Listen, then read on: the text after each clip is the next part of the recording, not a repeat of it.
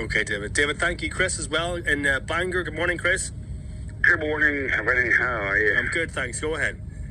Listen, I went out the door this morning and I said to myself, thank God for that. A bit of heat for a change. It was just perfect. Now, I don't know what everybody's making the fuss about. You see, when we get heat like this here, don't go out between 12 and 3. That's the hottest time of the day. And it's easier said than done, Chris, if, for example, you're working, you have to go to work, commute, drive, whatever it is, sit in the office, go and work on a construction site. Well, you just wear light clothing and white clothing. Listen, people are making a fuss about nothing, and they talk about this climate change. Yes.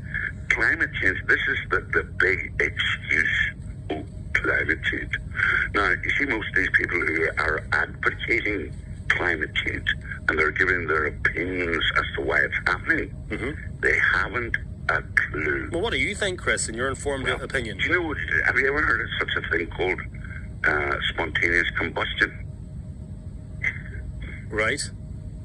What's your point? I'm asking you, have you ever heard of spontaneous combustion? I have. What's your point, Chris? Right. See our world, planet Earth. Yes. What I reckon, because I've done a test outside the house. Right. This is very scientific, Chris. It is very scientific, actually. The simplest of ways to do something is the most scientific way you can find something out. Okay. Now, I reckon what is happening is that Mother Earth, what we live on, is actually getting closer to the sun. It has changed its orbit.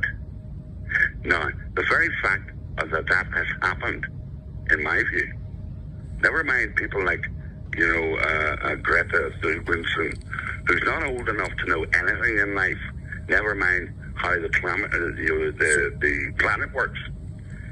You see, what do you call it? It's the actual planet is getting closer. How did you work that out, Chris, from going outside?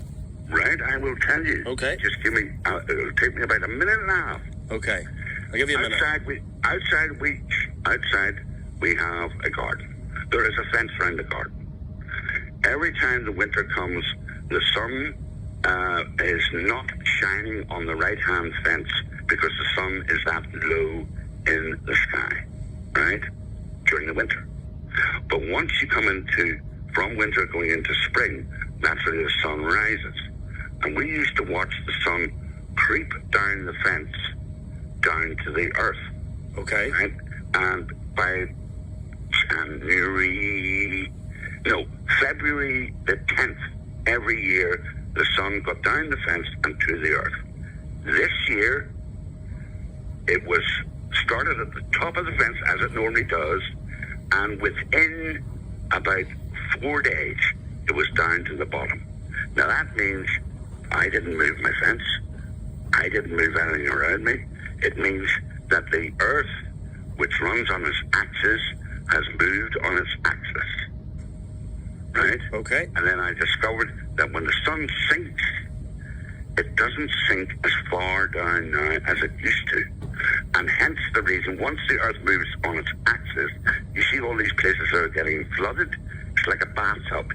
You fill it up, you lift one side of it, all the water will go to the left. And anything that's low level will be flooded. Okay. Chris, thank you very much. Now, before we came on air, I spoke with John